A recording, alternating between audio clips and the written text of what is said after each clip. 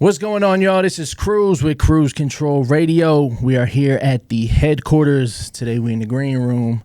You know what I'm saying? And nice, man. I appreciate it. And we got a special guest. This is episode 94 or 5 or something like that. Yeah. We're almost there.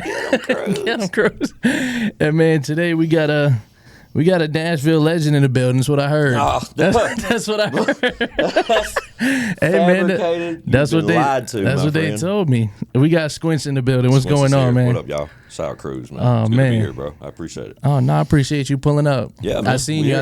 I was doing a thing for Coop at the station. I seen you again, and you basically threatened me. So yeah, I was like, I gotta get him on here. Right.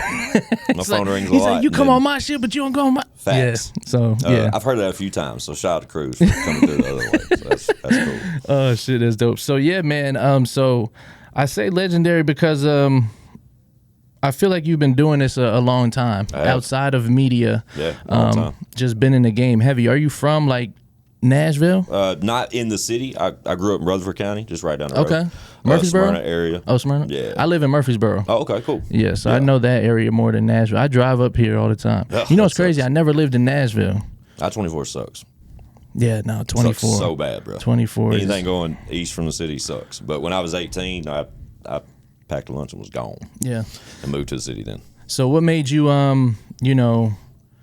when you were living in Smyrna area, Rutherford County, when you were living there, were you already like taking trips back and forth, or were you like after Nah, you... man, we were making, like, I started making music when I was probably like 15, but like originally it was like the white boy in school that would rap, you know what I mean, and like freestyle and all that kind of shit, and then it turned into like recording, and just found a group of guys in Smyrna at the time that were had like-minded type people, had some studio equipment. We would all group up and go over there and record all kinds of shit. Dope. But it wasn't until 18, like after high school, I started working with a cat named DJ Lil Les. A lot of people from Nashville are aware of who Lil Les is. But he owned a record store in Laverne at the time and was moving to Antioch and to make the House of Hits out there. And I kind of helped him move the store, started working at House of Hits, and that kind of got me going as far as the lane I've been in for so long. So when you were making music, like you said, like you found a group of people, because you basically made it sound a lot simpler than what it was. Yeah. Like, so when you were doing this, it's just like you just look to the left, there's this guy. Look to the right, there's this guy. Man, it was such a small group back then. Like from where I was from, like now you can go out on the front porch right now and just ask for a feature and people will come running. You know what I mean? Like everybody wants to be a fucking rapper. That's why I stopped making music. Realistically, it's just because it got oversaturated. But early on, man, it wasn't. You know what I mean? It was and like I'm old, so like Eminem had just popped off. So to be even a Caucasian rapper that could actually, they had like, you know, I was doing my thing. Like I could do it and hold my own. So like it was like people would come out of the shadows and be like, bro, you don't want to make music, right? And then like a relationship would just be built and like, well, bro, I got all the studio equipment or like my homie makes beats, but he ain't got nobody to rap on them. We ain't got nobody to record. Like we should build something. Let's put it together. Yeah, and they were just like-minded people, man. All great guys. I barely talk to any of them no more, but never like a group or none of that type shit. We were all just kind of making our own music, doing our own thing. And and just brought it all together. Realistically. It just kind of was like a package deal between Smyrna and Laverne, just the artists out of those two little cities back then. Like I said, I'm old, so this is like 2000. You know what I'm saying? So yeah, that was around Eminem dropped the LP, right? It was 99 or 2000? Something like that, yeah. I believe so, 98 possibly, but, or even like the earlier stuff. But yeah, it was around that time. So, with having that, like, because you are like you've been to a few cookouts. Yeah. So what was your upbringing? Was it like when you say Rutherford County, like was that more like a poverty-stricken area? Was it more so like mixed in? I was about to say Puerto Rican, black. It was good mix. I'd say it was a good mix.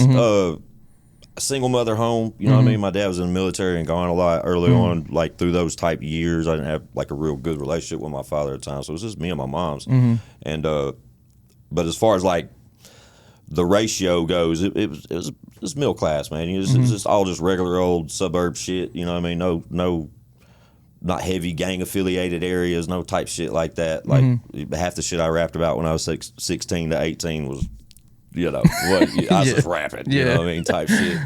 But yeah, man, it was just the norm, you know what I mean, straight up. But I was anxious to get to the city. That's what I'm saying. Like by the time I realized what was happening in the world around Rutherford County, you know, it's bigger than quick. that. Yeah, it was time to go. Bro. Likewise, when I left Pennsylvania and came here, that's what it was for me. I'm like, wow.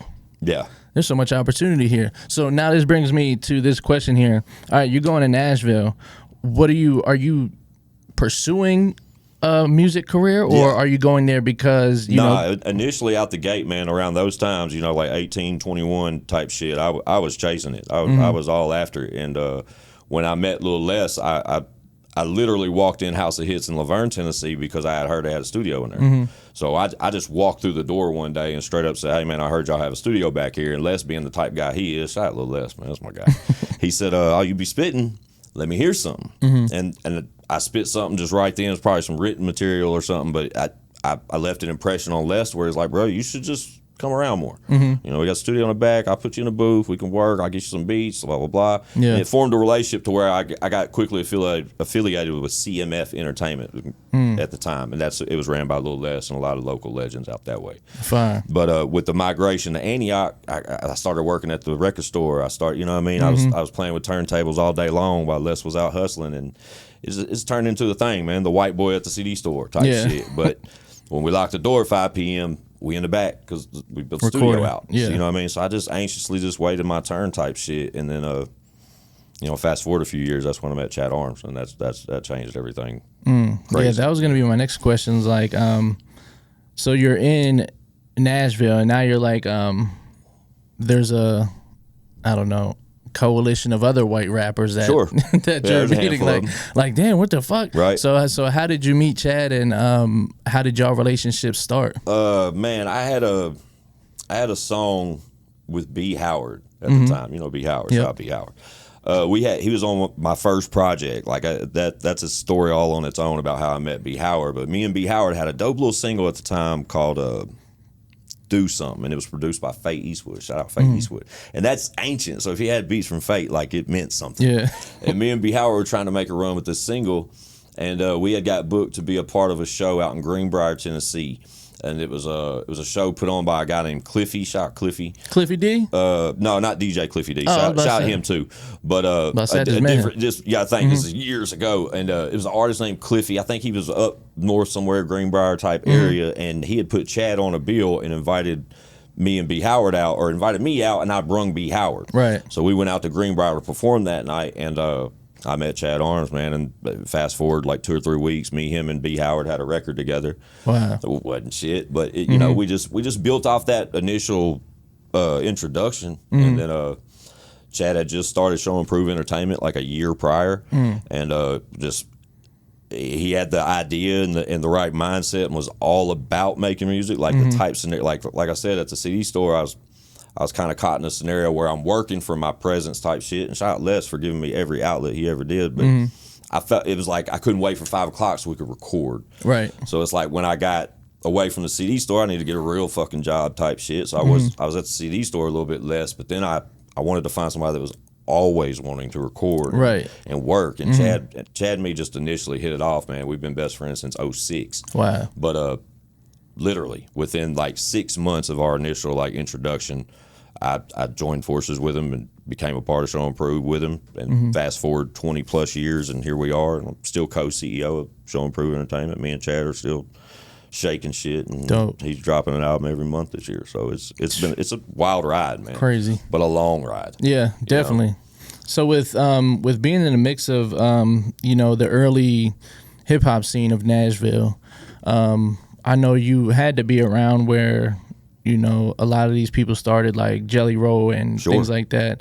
Were you ever like in cahoots with, because I know Chad Arns and other people that you do work with were also like working together. So have you ever made any tracks with Jelly Roll? Or, because you know I'm not from here, so you got to put me on. Man, me and Jelly go way back. Shout out to the big guy. I've known Jelly 25 fucking years. Wow. And to rewind a long time ago, I initially met him because he had a crush on my little cousin.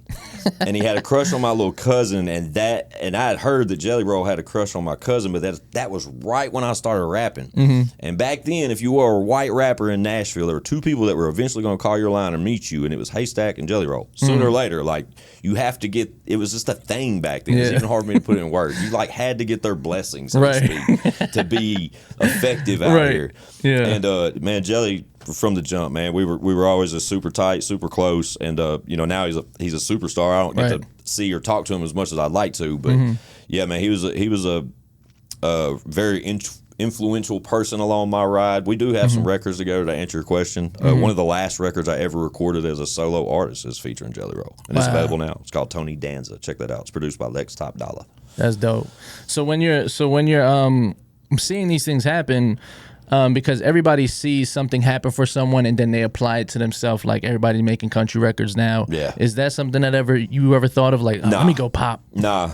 Look, like I said, man, like later on, shit, if it's 2025 now, probably about 2020 or so, or I wasn't feeling the music no more. And Show Improve Entertainment as a label, we had grown to where we have, you know, a group of super fucking talented people, man. Like, and I'm admittedly not as talented as them or quick-minded to, you know, I can't go in the studio and write 5 records in a night. Right. You know what I mean? I'm good to write a verse in a night, and I'm going to fucking question that verse the moment I leave the studio type shit. Like, I didn't feel it no more. And I said I was going to stop all that, but I had this creation, like I had to do something.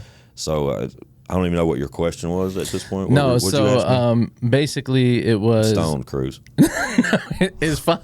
So basically these questions are just natural conversation. Yeah, so what I just asked you, I have no clue what I remember I asked you. Perfect. So we're just gonna go into it sounds like you were gonna get into it. I got some shit to say. So what made you wanting to get into to podcasting and what, because like you said, you were more so like stepping back. Yeah. But still wanting to be creative. For sure. Where did the love come from with podcasting? Man, I just started listening to them so much. They started consuming so much of my, like, I travel, as far as, like, commutes to and from the city and shit like that, and just driving and shit. I found myself listening to more and more pods, and I guess Chad kind of put me on podcasts initially, man. He's like, man, check out this funny ass podcast, these two guys, blah blah blah, whoever it may have been. And then I started collectively starting to listen to multiple podcasts, and I would tell my daughter, she's 18 or 19 now, but I remember telling her 4 years ago that, you know, like, I think I'm gonna start a pod. Like, I think that'd be a good way to contribute still, and as far as like the city goes, and continuously promote Show Improve and what we're doing. Right. And, you know, fast forward a little bit, it opened up other doors as far as editing and shooting and all that kind of shit, because now I do that type shit too. Right. But the pod, man, I just had that creative, I had that itch, man. I had to figure it out. So I picked up a fucking little mini keyboard and was like, I'll make beats. That's what I'll do. I got to contribute somehow. I'll start making beats. Right. Terrible. Bruh. I tell people all the time, that's the only thing I can't do is make beats. So hard, bro. Like, I could not, and I'm a geek, bro. Like, I can catch a wave. I have an addictive personality to where if I hone in on it, I'm gonna figure it out type shit. And that's when I admittedly dropped the ball on, could not, nope, that ain't it. So, you know, what's next is, if I'm not gonna rap and I can't make beats, then we've got to talk about some shit or something. So I started plotting on a name, and I came up with the name. I got some shit to say. I was set on that, but then I needed a logo, and I didn't have funds to buy the type logo I wanted. I didn't want to explain to somebody what type of logo I needed, because it was just a thought, you know what I'm saying? So then I started looking online how to make graphics. I make my own graphics now. You know what I'm saying? Like, it literally kick-started me as a creator to, like, hone in on the potential I wish I would have possessed 20 years ago. Like, fuck that rap shit. Like, it was fun. I had a great run. I made some noise out here. I even ended up on the radio at one time, which was super cool. Like, a lot of cool shit happened as an artist, but I don't know, man. When that whole shift happened, and I was like, wait a minute, like, this feels better. This is like right again. You know what I mean? And I just started just building on it, man. And 2 or 3 weeks after I had that thought and made that logo, I started talking my shit, and it went from nothing to what you see now. And That's 300 episodes in, fucking 4 years. And we've had some of the biggest names the city's ever had. And it's insane. That's so crazy. Hey, Nate, don't it sound like he just told my story? I swear we live the same damn life. Yeah, like, sounds like right. Literally, like I was in that same situation. Yeah. Like not knowing or not having the funds to do it and just figuring it out. Just had to, man. And I respect that because like I go to your studio and I see it and I'm like, bro, this shit is like, like you have the eye for it. You're just naturally creative. Yeah. So whatever you put your hands on, except for beats, you gonna make it work. Right. And same to you, Cruz. I see you make moves and see like even the new studio now, and like in real time when I walked in, he's like, man, I never shot in here today, man. We should try it. Here we are. You know what I'm saying? Like, just made a set. But to your point, like just I don't know. I put my foot on the gas, dog, and I didn't stop. And if y'all go back and check out episode 1 and then fast forward to whatever episode's out now, like it blows my mind to see before and after. And I didn't know how to be a podcast host. I didn't know how to talk shit. I would have said half the words I've said right now. I wouldn't be looking at the camera. You know what I mean? Like I was not this person when I started dribbling this ball. And now, boy, I'm.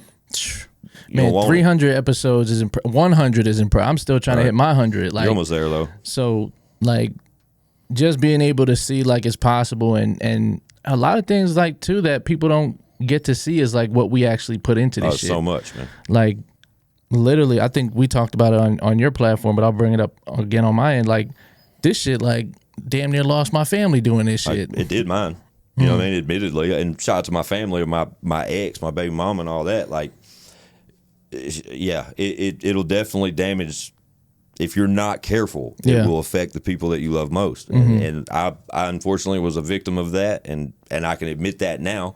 But even at the time of the accusation of that, I didn't see it. You know what I mean? And fast forward a little bit, a lot's happened since then and there, and everything's cool. You know, mentally and all that shit, I'm good. Yeah. But it was kind of eye opening to look back now and to see like it's a possessive mind state. You know what I mean? You become overly possessive of this. This thing. It becomes like one of your children. You're molding it for success. You know what I'm saying? And it can be it can grab a hold of you. And it got me. Yeah. But what was fucked up, Cruz, is that my fucking whole studio, I started in a garage. In a big, huge 2-car garage with I could do whatever I wanted. Yeah. So I started painting the walls, hanging up pictures, and, you know, all these dope signs. And, you know, we buying furniture, we upgrading equipment.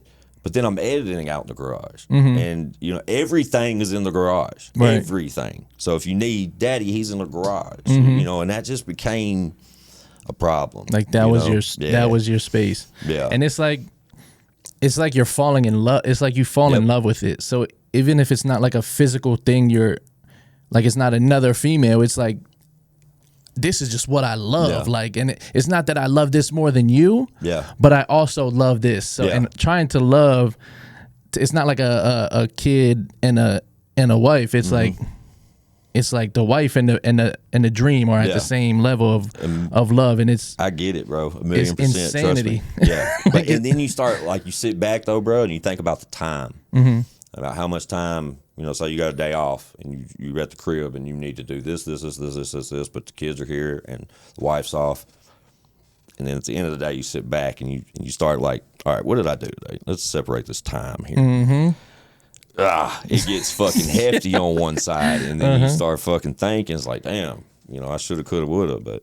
And you know, I would, like, in real time, I ignore that. Yeah. Because I'm like, no, it can't be. I love my family. Why would I? I know you do, and they know you do. Yeah. But the time is everything, because that's something you can't buy. You ain't getting that back neither, bro.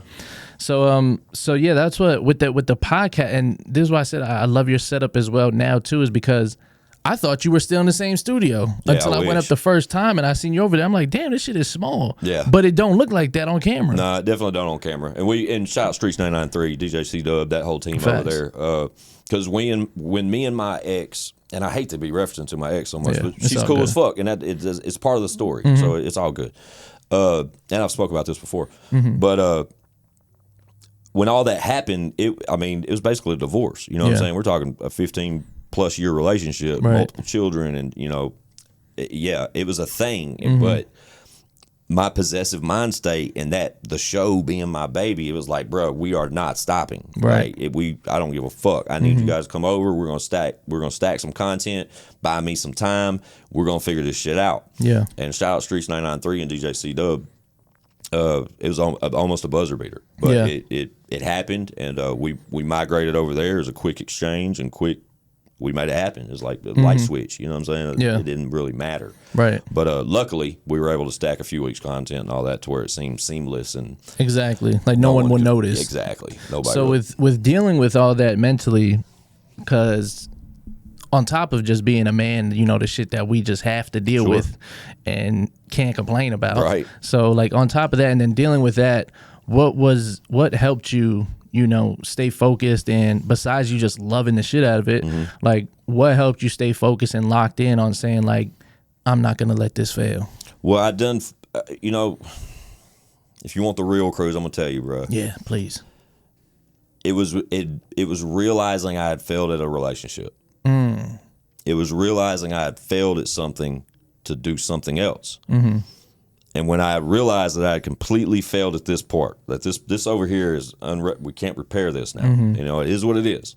And it was, you know, we didn't just have a fallout because of the pod. It wasn't just that. It was like multiple issues that caused this breakup. But when I saw myself fail that, I knew I can't fail this now, because this is it. You know what I'm saying? This like, is what eventually caused the end of that. It caused it all. Yeah. So there's no way I'm going to fucking lose my dribble and let it go out of bounds. Like, you know what I mean? I done fucked up this part of it. Like, this is all I got left now. So it's ever since then, admittedly, it's just been foot on the gas. Like, it doesn't, you know, it don't ever stop. And on the creation side of it, like I mentioned, the visuals and the graphics and all these other things that I kind of like took on. Well, for Show and Prove Entertainment, that is a well-oiled machine. We were dropping videos every fucking other week. Chad's dropping an album every month. We got 6-7 artists underneath our belt right now. We are as a label, we are constantly moving. Chad's on the road all month of August, and I can't even go with him because I'm on the road with King Ego and Joe Tyler. But like, we're just moving. It's always working, and I think that's the only way that I've mentally been able to sustain me as a person. Yeah, is I can't slow down enough to think about it no more. I just can't. Yeah, and that's somebody asked me one time, like don't you ever get tired? Like, you just, I'm like, bro, if I'm not busy, I'll have a panic attack. That's for sure. it. If I slow down enough, dude, like, you'll catch me crying off in a corner or some shit. Like, I can't have that, dude. Right. And you know, I got 3 girls, and they get around. They were on my 300th episode, which was a huge thing for me. It was a very emotional episode, especially like going through a breakup and them seeing all that, and them, you know. And I'm telling my children this on an episode of my pod, but I think now, like, after that episode, I see what it's done for my kids as far as like them seeing what I went through to get where I'm at. You know what I'm saying? Right. It wasn't just about Daddy being in the garage so much. They understand why ultimately I'm in the garage. And they get to see, like, and witness perseverance. Absolutely. And also see how it's affected me afterwards. They don't think I'm just some heartless fucking asshole that just dedicated his life to a podcast and let everything around him crumble. That's not what it was. It's never what it's going to be. Yeah. And they saw that before the episode. Right. You know, and them sitting down on that episode with me was so eye-opening to that. It's just so much reassurance that what I'm doing is right. The momentum we've been able to achieve up to this point, there's no way we could ever stop this. Like, it's just not. Like, like, you're already too far. It's too far. Way too overly invested. Like, and you know, I got some shit to say. Is no investors, no fucking middleman, no nothing. It is me, Squint 615, and a couple of my homies that have been co-hosts with me from the jump. That's it. But as far as the editing, the everything, the promotions, the Google ads on, if any, any fucking animated graphics or shit y'all see on the Instagram, all that's us. That's what we all in house. That's everything.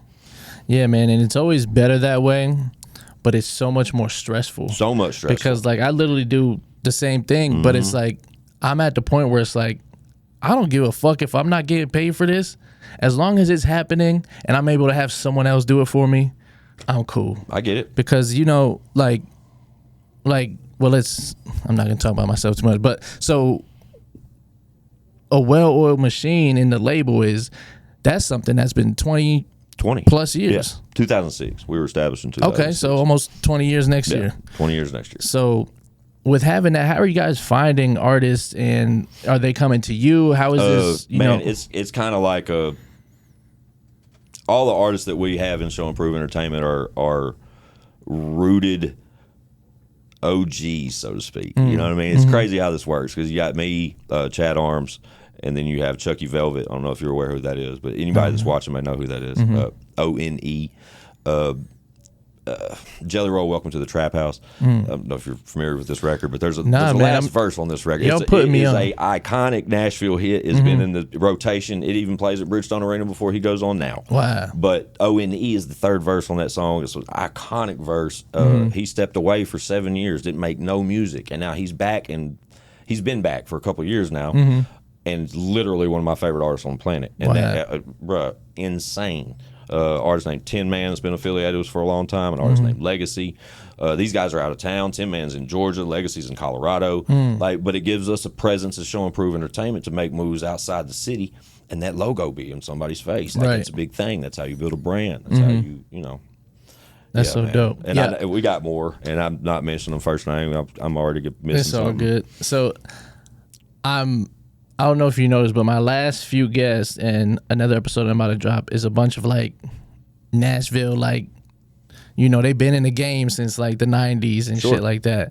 So I've been getting put on to a lot of shit. So like, because people are like, oh, he's not from Nashville. So I'm like, all right, well, let's fucking find out then. Let's find out what Nashville is. Right. So it's just dope to be hearing these stories and, just seeing how everything connects to what it is now. Yeah. So when you're in, the early, 2010, I was a sophomore in high school. Okay. Around that time, I feel like music started to change a little bit, more melodic type of rap. Okay. More wavy. Yeah, exactly. How do you feel about, the progression of hip hop? Do you feel like we're going backwards, or do you feel like because it's turning into something else? It's turning into a whole separate genre. Yeah, but that's it. I'm a huge fan of genreless music. You know what I mean? I'm a hip hop head at heart. Sure. I got a crate full of R&B. Sure. I grew up in Nashville, so I got a crate full of country. Sure.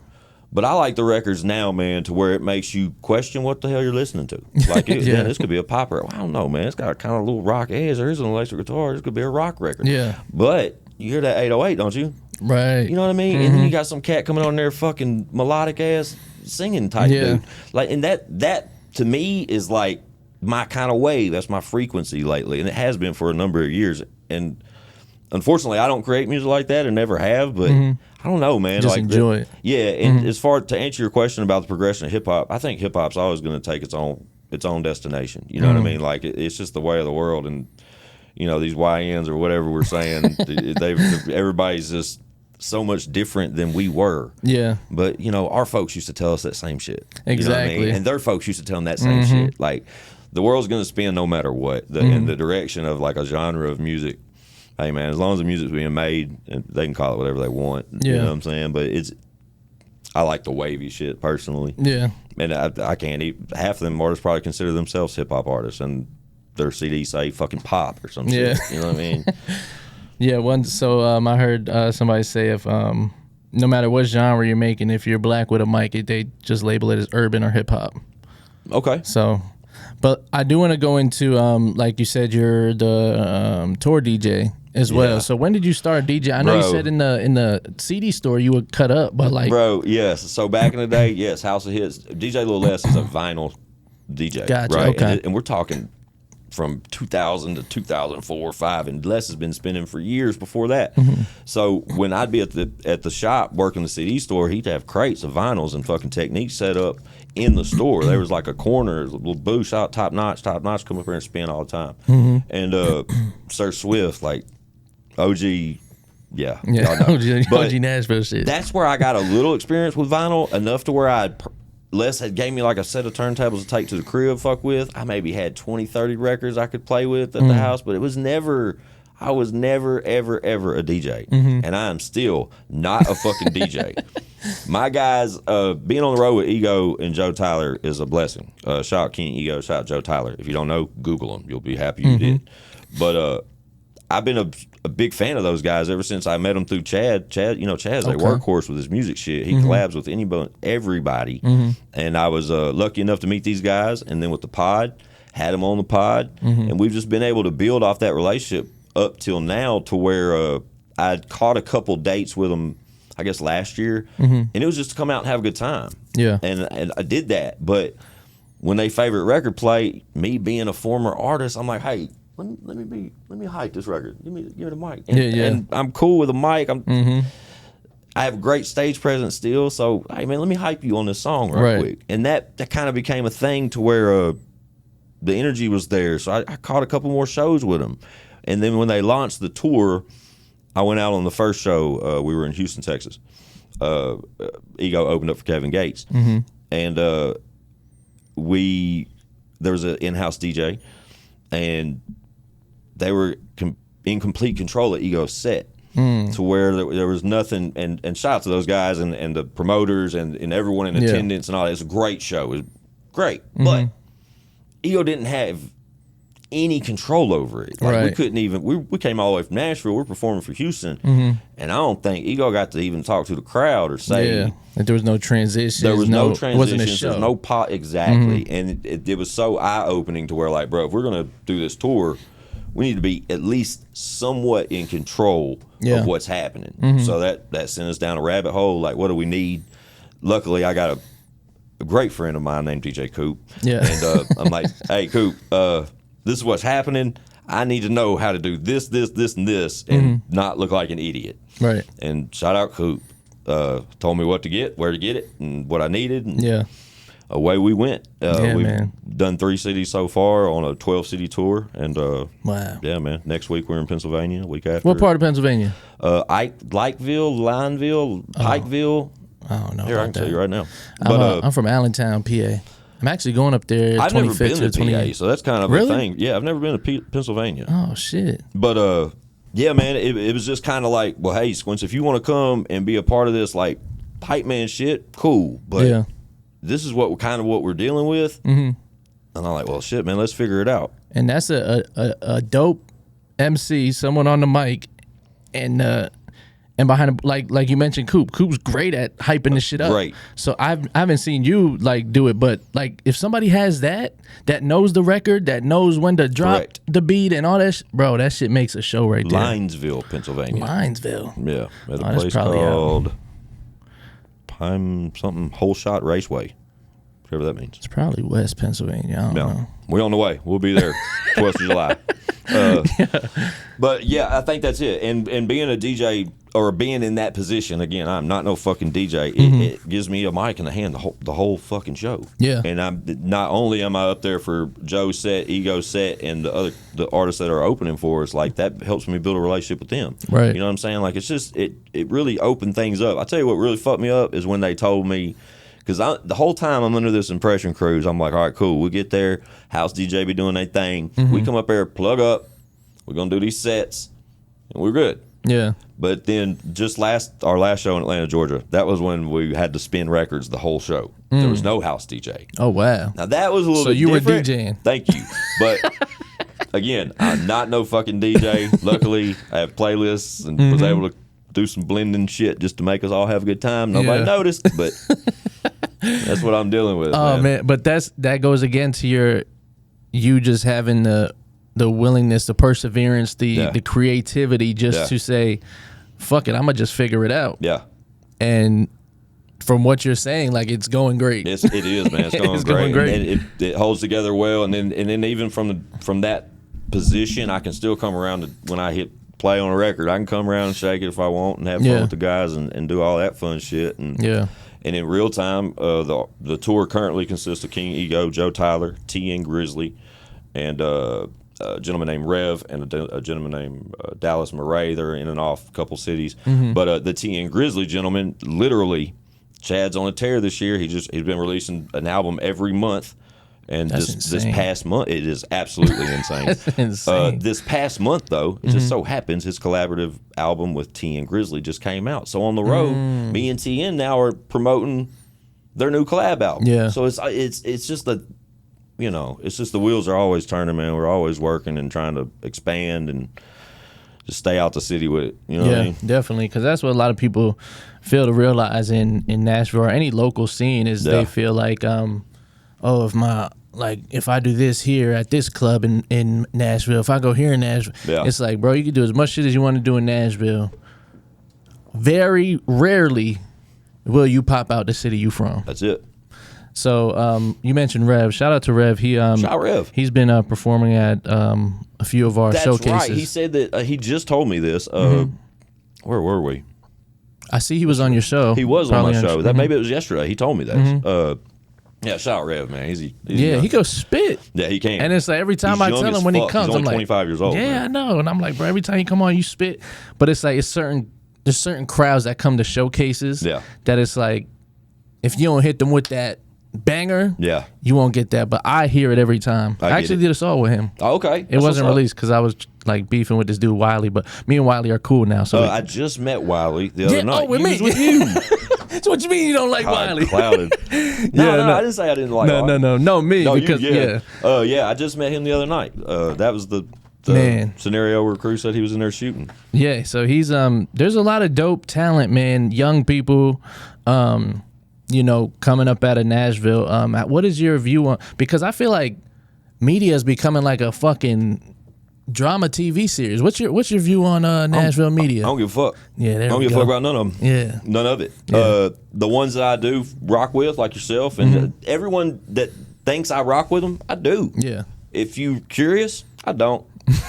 If you're questioning it, it's not there. It shouldn't be questionable. Yeah. People know me, man. Like I've been here long enough, and I've been doing what I do long enough to where either we're okay or we're not. And if we're not anything, then I guess we're not, because that's fine too. Like it don't bother me, man. I'm a guy of recognition.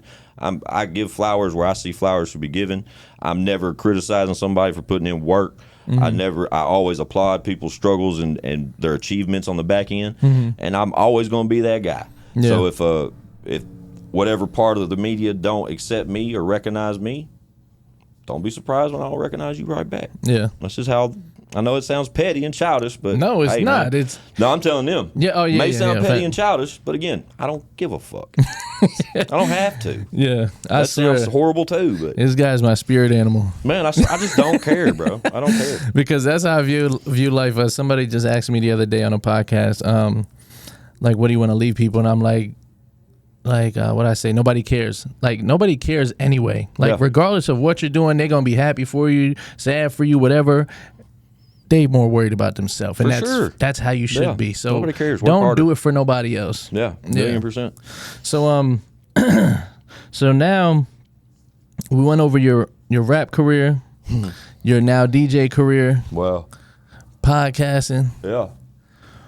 What is it? What is your ultimate goal with all this creativity? Is it just to do it, or where do you see yourself in the next 5 years doing this? Man, hopefully not working full time. Like that's in reality, like when I used to want to be a rap star. Yeah. Like, fuck, you know what I mean? Then with the pod, obviously the answer would be for the pod to get a deal and me be able to focus on the pod 24. Yeah. And that would be a dream come true, just to put myself in some kind of media scenario to where I could do what I do full time. Yeah. And I've never been in that scenario. I still work a full-time job. I've had 3 jobs since I was 18 years old, and I've worked every day since I was 18 years old. Yeah. So it's not like I just go without jobs and the pod's got everybody on, or the Show and Prove's got everybody on. Like, nah, bro, we are struggling artists like everybody else. We grind like no other. So ultimately, sure, I'd love for, Chad to get a major scenario with Show and Prove, or any of our other artists to get on somehow, and let's all eat, and that'd be great. Or but me, I guess the answer would be for the pod to have some sort of just deal. More like free, like I would say, like more like freedom. To where, like, because what you're doing now, with working full time, exactly, is insane. It's insane. Like, I don't think people like understand. Yourself recognize that. You know what I'm saying? But like, dude, like and when I say a full-time job, it's not 40 and I'm out. Yeah. Like, bro, I work anywhere from 50, 60 hours a week.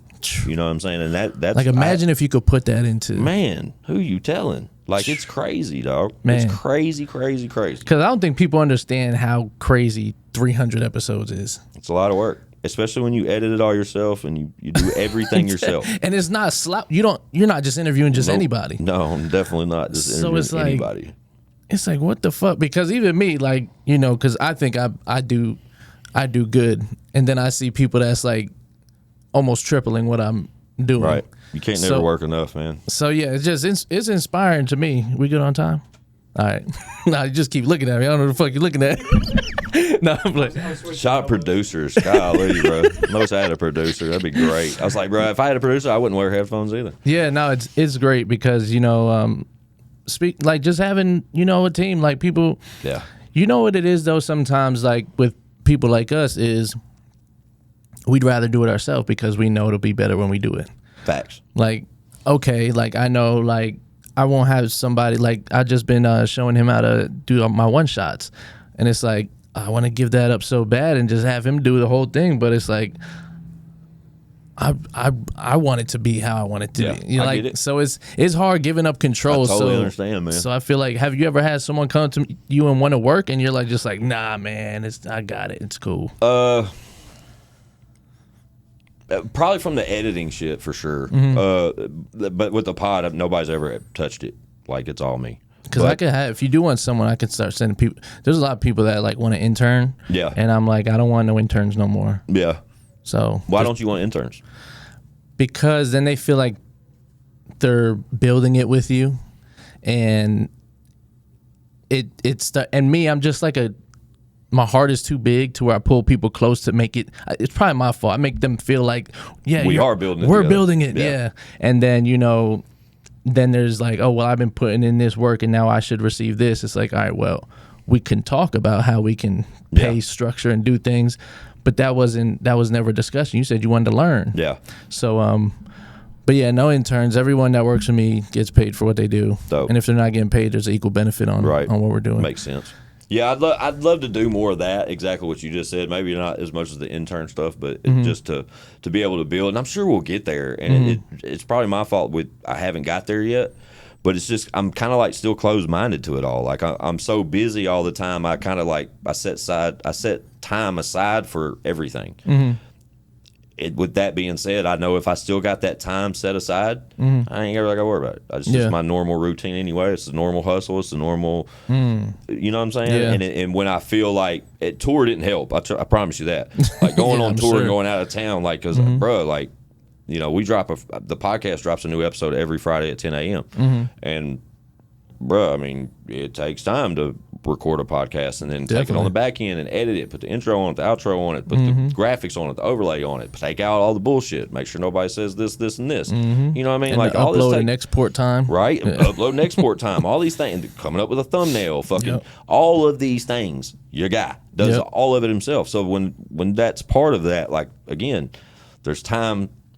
And luckily, like with the laptops, I can on a 6-hour trip to wherever the fuck I can. Right. And edit while you're on the road. But that just means that those windows of my time are getting cut a little bit shorter and shorter. So it's just, it's just managing your time, man, is when that becomes too much of an issue, I'll definitely probably will lean on somebody else a little bit more. Yeah, I'm telling you, it's because what I'm even starting to do is like get people. Now I'm just talking to you. That's how a podcast should be, Cruz.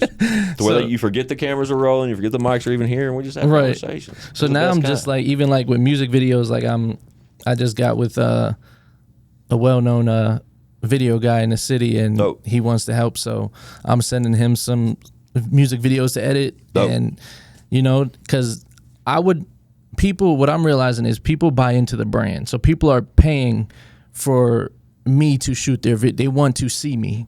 So when I go on set, so instead of me paying for someone to go shoot it, they still get to see you. But exactly. Then, So I'll go. It's basically like networking. And if they're a creditable editor and they have their own brand as a videographer, etc., they obviously know how to edit. So if you just pick one that you're comfortable with on the edit, and they have that vision that you're looking for. And that's it. I said just edit it. I'll throw the color on it. We good. That's because my color is like the that's your sauce, huh? Yeah, exactly. I get it. And see, that's again, man. That was another thing. Like we started shooting podcasts, and then I realized I got a dope ass camera, and now we're shooting music videos. And like, oh wait, I can make videos on this software that I can just upgrade this software over here, and I can make the videos. Exactly. And that's what we're doing now. Like we just dropped a brand new video just last Friday, shot and edited by me. That shit is crazy. And then, sorry, there's just something. Better? So yeah, I'm good. So it's just crazy, like. Whatever the job needs to be done, you're gonna do it. Got to, man.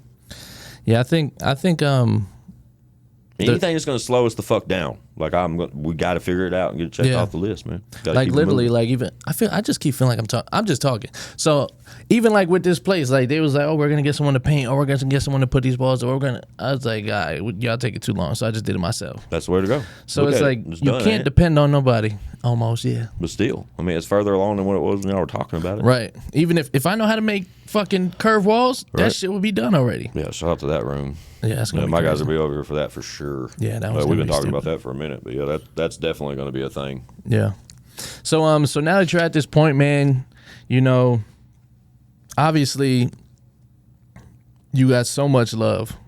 Yeah. You got so much love. I know sometimes in the field that we're in, it may not feel, because we know all the work we put in, and we feel like, damn, we should be getting an enormous amount of love for the time we put in and the sacrifice that we put in to highlight other people. Sure. You know what I hate? Now, matter of fact, fuck all that. Go. You know what I hate? When somebody comes on to the show and they get on there just to get the behind the scenes picture saying they're there. Yeah. And then after that, it's... Yeah. Well, yeah, I experienced a lot of that. And there's been a lot of scenarios for me, like with 300 plus episodes, man, there's a few of them that probably shouldn't have been there. You know what I mean? Yeah. And it was probably a scenario that was pitched to me that there'd be like some sort of fair exchange. I try not to do paid episodes. You know what I'm saying? I will openly admit that there are a handful of them out there. For which ones those are, I'll let y'all pick. But there's been a couple of people that call the line. They want to jump the line. They want to get on the show. I understand that. Like you said, it's building a brand. We've established ourselves as a brand. Right. So obviously, you know, an artist feels obligated to be on the show. If I don't call you, right, exactly. If you're reaching out to me, yeah, you reaching out to me, and I don't know you, then yes, man, you got to pay to play. Yeah. But that's something. Recognizing the talent that I'm able to recognize as far as artists, bro, like and having the recognition that I do have, luckily, I'm able to reach out to artists even on a whim, be like, hey, bro, I don't know if you've ever seen me, heard of me, or seen my show, or X, Y, Z, whatever, but I'd love to have you on the pod. And most of the time, that's like, hell, fucking yeah, I'll be right there. And some of those episodes are like that. But I don't want to have them pay to get on the show. I don't like that. To a degree, I think you should.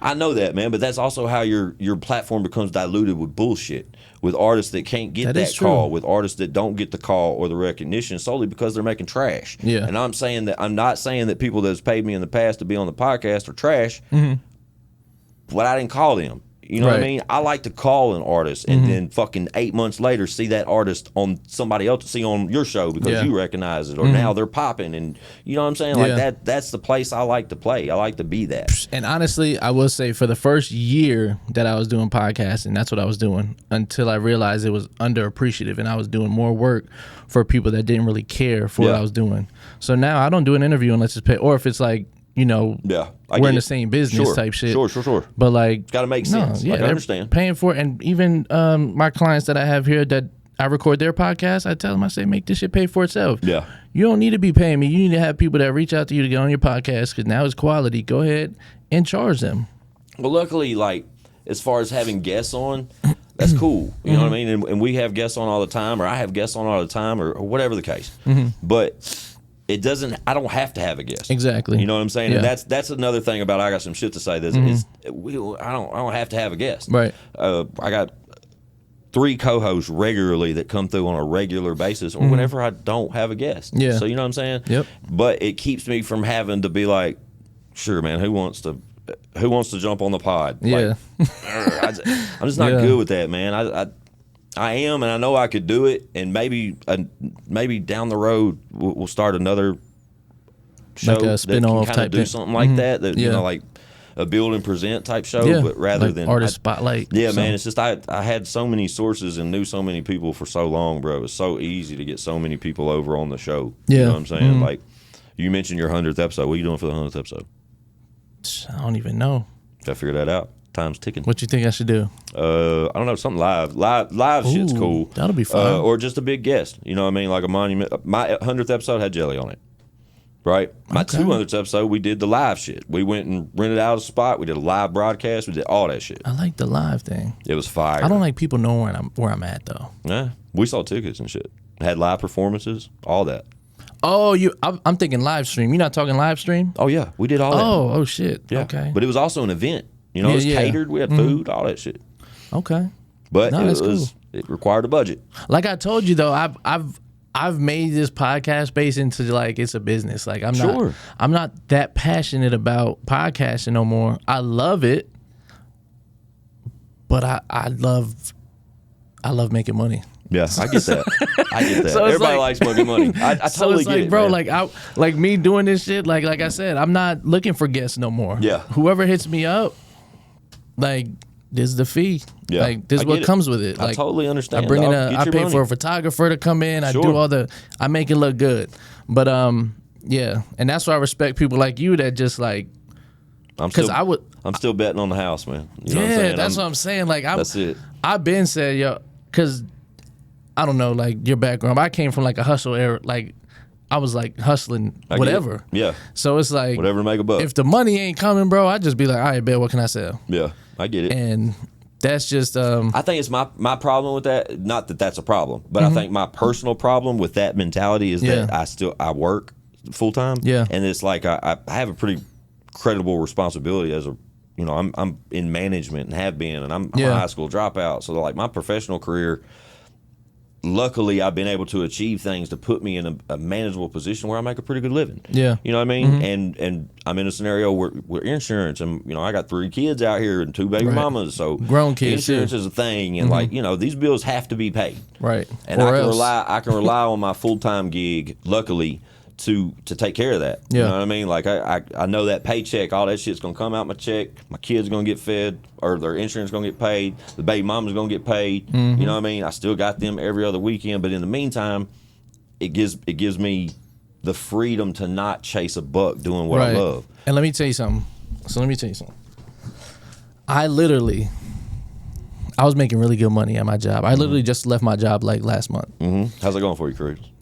It's a lot. It's stressful. It's more stressful because, like you said, it's just like I left before I had things structured. Yeah. I just seen it and knew it was there. I get it. So I left about $70,000 on the table. I got you. So Annually? Yeah, annually. Okay. Yeah. To get in this situation I'm in now, because there's people like investing into what we're doing here. So, now I have I'll probably talk to you off camera about this. But anyway, so yeah, it's just like the sacrifice that I took for this. Yeah. I should have prepared better, and people were telling me to. Yeah.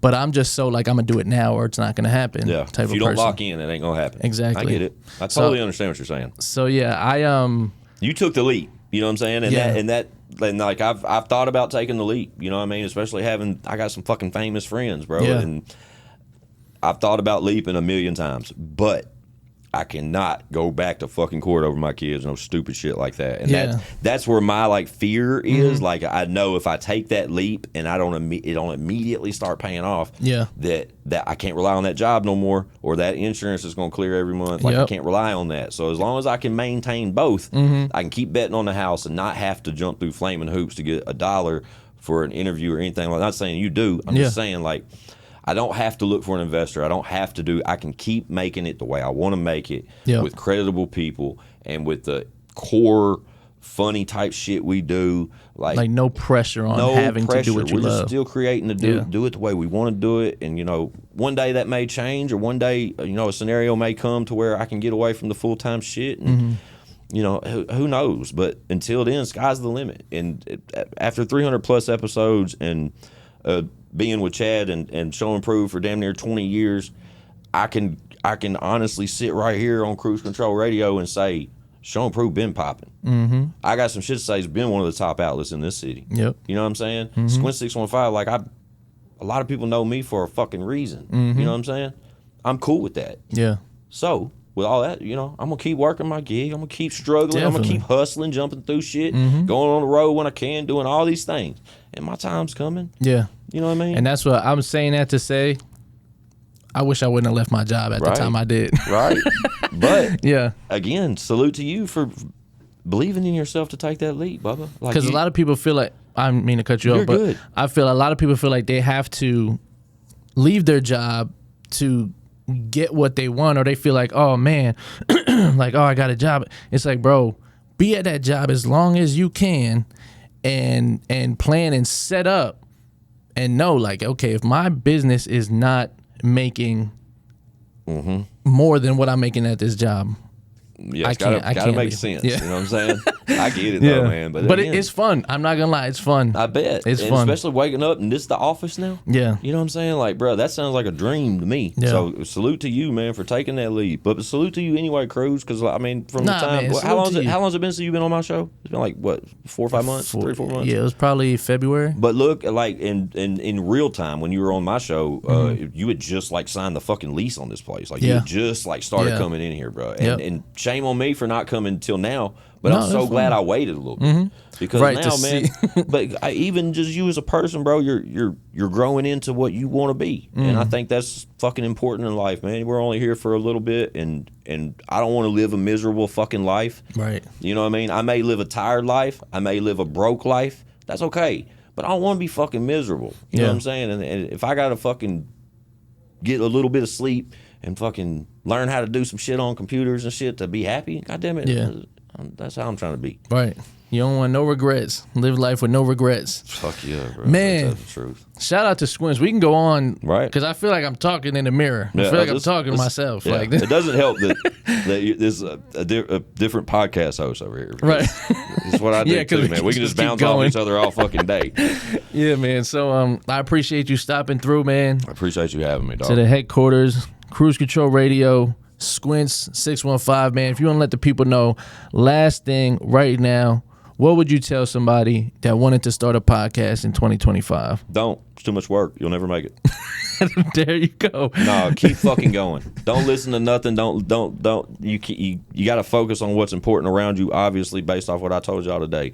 But if you're going to say it out loud and start telling people you're going to have a podcast, you better fucking have one. Because if not, you just talking, and that was something I was not going to set up to myself to do. I knew that's why I didn't tell nobody for a few weeks, and then when I told them, I already had that logo because it kick-started me into something I would never stop. And if you think you're going to stop, or you ain't going to do it consistently, don't waste our time. Like, what's the point? That's fire. Nah, and that's real. And when you do make that podcast, make sure you call the headquarters. For sure. You know what I'm saying? Get your podcast made up, man. I got a nice spot. Again, man, I appreciate you. I appreciate you, Cruz. Squints, Cruise Control Radio. Let's go.